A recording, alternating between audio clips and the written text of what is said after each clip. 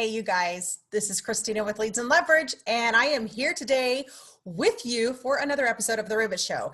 And today is actually inspired by a conversation that I had yesterday or a short conversation that I had with one of my Leads and Leverage members. And it made me realize, or actually brought back some memories of things of why I do what I do. It's my why in all of this. And it's why I'm here with Leads and Leverage. It's why my passion is to help real estate agents and not other businesses and other people and things like that. But it's my why. And I'm going to share this with you. And it's actually going to turn into what's amazing about it. Let me pull up my notes here.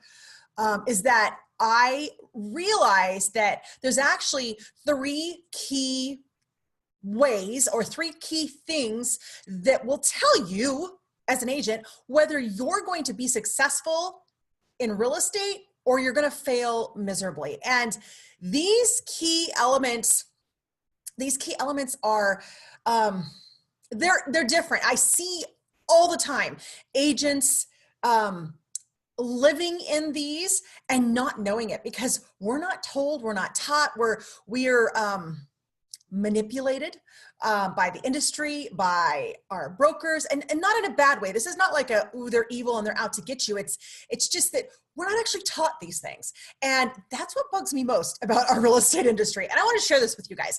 Please say hi. Good morning, Melissa. Ooh, I hear it's cold there for you guys. I mean, it's cold here, but I'm in the north. So I hear South Carolina, North Carolina are getting slammed with some cold stuff.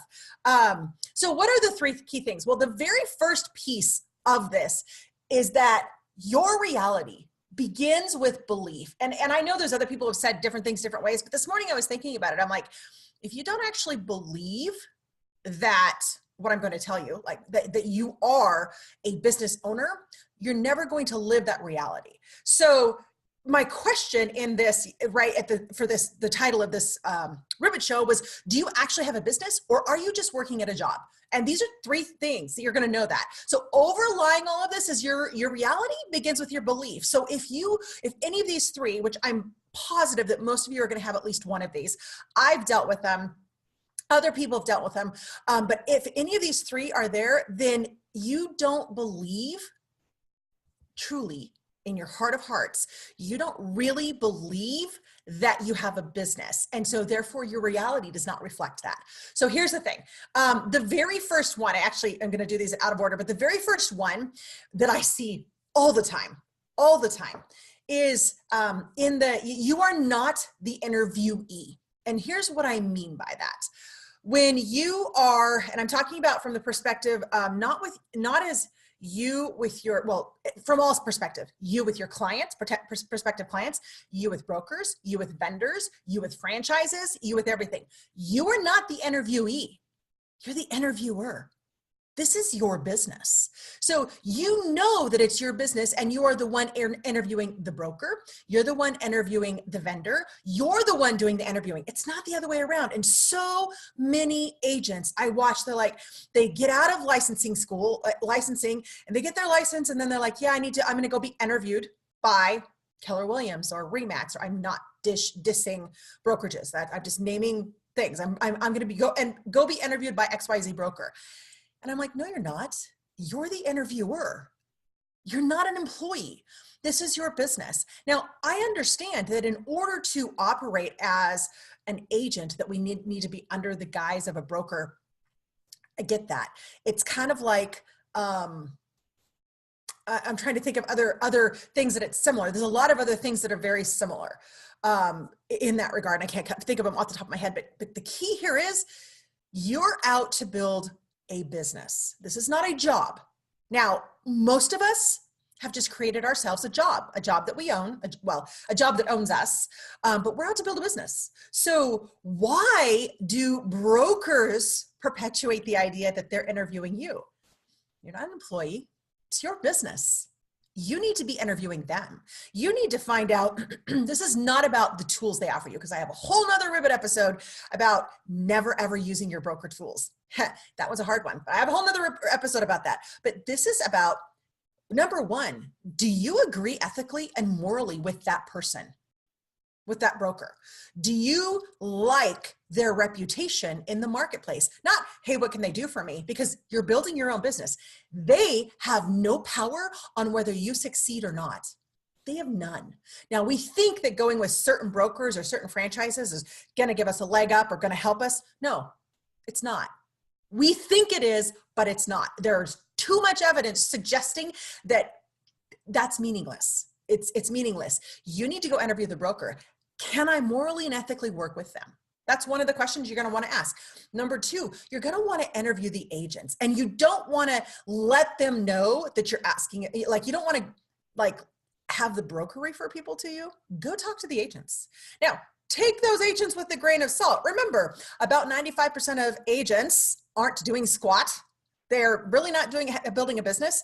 So just be careful with that. You might get into some negativity with people, but you're the one doing the interviewing. This is not the broker interviewing you.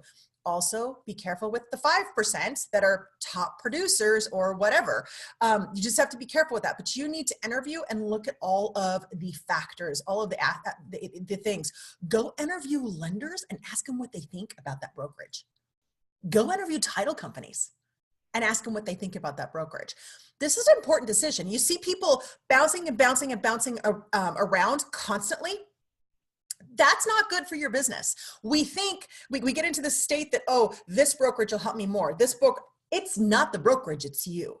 That's a hard truth. It's not about how they're helping you or not, unless, there's some instances where they could be holding you back, but even through that, you're going to thrive beyond basic survival. So just be aware that changing brokerages isn't going to help you. If you're not building your own business and saying it like your own business, that's not going to help it. But remember, you are the interviewer. You are not the interviewee. Find out if that is a brokerage that you actually want to be affiliated with. Not what tools does it give you, not how much are they going to pay for you, not da-da-da. This is your business. Treat it like a business. Believe that it's a business. Your reality will follow. The next one, you're going to believe, if you're treating this like a job versus a business, you're thinking about it as a quick win. You're thinking about things as a quick win. So here's the thing. If you're treating it like a business, you're focused on learning how to strategically build a business. You are not focused on trying to find quick and easy lead generation methods. You're not out there trying to find a quick and easy lead generation product. You're not like, I just want to buy leads. That's not what you're thinking. If you are building a business and you actually believe that this is a business and not just a job, not just a quick win to the next transaction, which actually goes into the next one that I have about, you're not going to jump into bed with any of the vendors. You're not going to be looking for someone else to drive your business. That's not what you're going to be doing. You're going to be strategically learning how to build a business. And that means getting your butt outside the real estate industry. It absolutely does. In fact, one of the worst things we can do is we want to absorb and learn in the real estate industry. But if we don't have experience absorbing and learning outside the real estate industry with other businesses as a whole, we get stuck in this rut. That's really a rut that doesn't really work and that keeps us in that perpetual mindset of, it's a job. We think we're building a business, but it's a job. Now, I am sure that a whole bunch of people are like, well, if you want it to be a business, you need to be at the office this time to this time. And I am sure that's what some of you thought I was going to say. Be at the office this time to this time. That's bullcrap. Do this, make this many phone calls, do that, That's bullcrap. Those are all ideas that people have said how they like to do their job. A business means you have the mindset that this is my business. My reputation matters. The way I want to run it matters. Who I want to be affiliated with and connected with matters. That means I'm in control. I'm the interviewer. I'm not focusing on quick wins. I'm not going to let Zillow try to be my lead generator. I'm not going to pay someone to try to give me the leads for my business. I'm going to learn what it means to actually build a business. The third one, let me check on here. Yeah, if you want a job, go into escrow. Cindy said, I picked my brokerage by the opinion of the title and escrow team, not the reps. Good idea. Not other agents in the area. Christina, the only person in the industry explains this. It's true. It's true. And guys, I'm coming from the state of being an agent, being a team leader, and being a brokerage owner. It's absolutely true. One of the things is, I started in real estate in 95. I did all the lead generation for our team, our team. It's our team. Yeah, because it was just my dad and I to begin with, then we built the team. But here's the thing. I did all the lead generation and I didn't actually get my license for 10 years. I refused to get my license for 10 years. And because I didn't want to. I wanted to lead generate. I just wanted to lead generate. I was like, I just want to lead generate.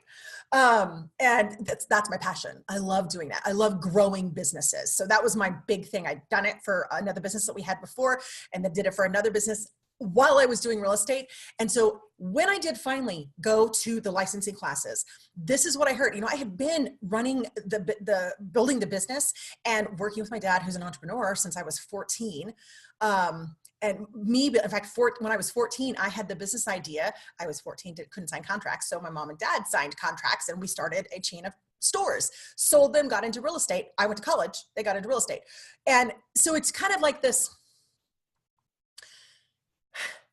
I feel like I sat in the presence of greatness. I got to listen to my dad for 10 years in real estate, deal with other brokers, with lenders, with clients, etc. I was in the room with him constantly, and I got to hear, like, he believed, he knew he was the business. It was his business. He knew that he was in control. So when I go to real estate licensing and I hear this opposite talk, I hear these other people going, well, I need to go be interviewed. I'm like, what are you talking about? This is your business. That flipped my why. I was like, oh, wow. Other people didn't get what I got. Other people didn't live with what I got to live with, from my perspective to be that this is my business. This is your business, you guys. And so that's kind of what I want to share with you, is me having that awesomeness of being with my dad and teaching me that it's my business. It's not anybody else's business. You're the interviewer. This is your business. I cannot stress this enough. So many agents after interview, it tears me up. I'm like, wow, they just don't understand the power they have, but not in a bad way. It's the power that you have because you're creating your business. You're creating what you want to live. You're creating the atmosphere that you want to work in. You're creating freedom for yourself, both in time and finances. And we just don't believe that. We don't think that because our industry just doesn't really encourage that or empower that or inspire that in us. So again, you are not the interviewer. It is not about the quick win. You need to focus on learning the strategy behind building a business, which I'm going to get into the number one. So number one, if you're working a job versus building a business, this is what you're going to be doing. You're going to be hyper-focused on the next deal. So you're hyper-focused on the next deal if you're working a job in real estate. If you're building a business, you are hyper-focused on the end game, which means you're focused on building your business, which means you're building your list and you're nurturing your database above all else. That's what it means. So that, you number one, you're the interviewer. You believe your reality begins with belief. You believe that you are building a business, not creating a job for yourself. Now, let me just say, the business that you build is completely the business you want. If that means you want something that's, I just want it to basically bring in $1,000 a month for me, fine. That's your business. It doesn't have to be a job. It's still your business. I don't care if you're a part-time agent. It's your business. For whatever reason in your life right now, you're part-time because that's what you need. And that's why you're in real estate. So I used to think that part-time agents weren't as good. No, they haven't done as many deals. But when you surround yourself, so they don't have as much experience. That is true. But so is a 1 year or 2 year agent. I mean, I've gone through over 4,000 deals. There's no way that somebody who's in their first year, even if they do 100 deals, no way they're going to be as good at certain things or as experienced and have hit as many obstacles as I have. There's just not possible. But it doesn't mean they're dumb. It doesn't mean they're stupid. It doesn't mean they don't know what they're doing. They just haven't gone through as many experiences. It's clearly time and volume gives us experience. But that also means that if you're a part-time agent and you've only done a couple deals, it doesn't mean you suck. It doesn't mean you're wrong in thinking that. And I just want people to know that. It's regardless. A lot of women get into real estate because they see it as an opportunity that can give them some time and give them money. They see it as something that will allow them to still be a wife and a mom, and help the family. Or single, it doesn't matter. Some people get into it when they're single because they're like, you know what, this gives me freedom that I want to do, and I'm not tied down to a job. Just don't make the mistake of believing that, not really believing that you're not building a business. You're building a business. So number one, you are the interviewee. I'm sorry, you are not the interviewee. You're the interviewer. This is your business, you guys. It is your business. That does not mean you go rough riding over everybody, but it does mean that you're like, okay, this is my business. What do I want? Who do I want to work with? That means clients too, lenders, title companies. Say no to people that you just don't like working with. I know it really is that easy. It's really is that simple. It's not always easy because we become desperate. So it's not about the quick win. Remember, your business is not about the quick win. You need to strategically know how to build a business, and you need to do it. And that takes learning. Most people who get into real estate come from another profession. A lot of you guys come from the profession of some variance of teaching, whether you were in the financial industry and you taught, whether you were an actual teacher, whatever industry, some variance of that, which is why so many agents are a high S on the DISC scale, high S or I, because you like people and you like to serve people. That's what it is. And so we get into real estate. I am not an I, I'm a DI.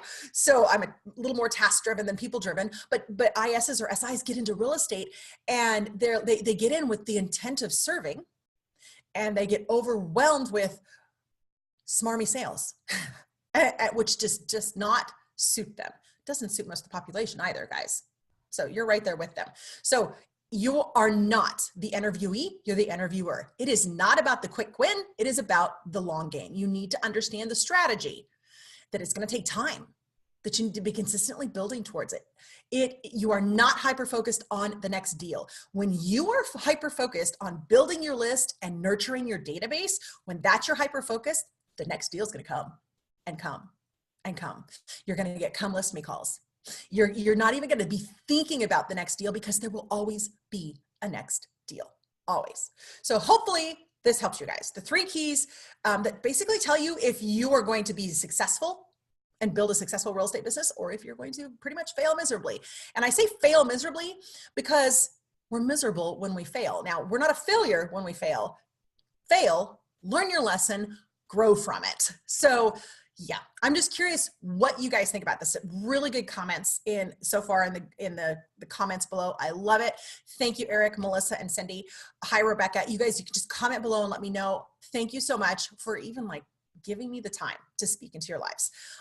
This is my passion. I want to give power to people who get into real estate. I basically want to empower you that your reality begins with your belief. Do you actually believe that you're building a business?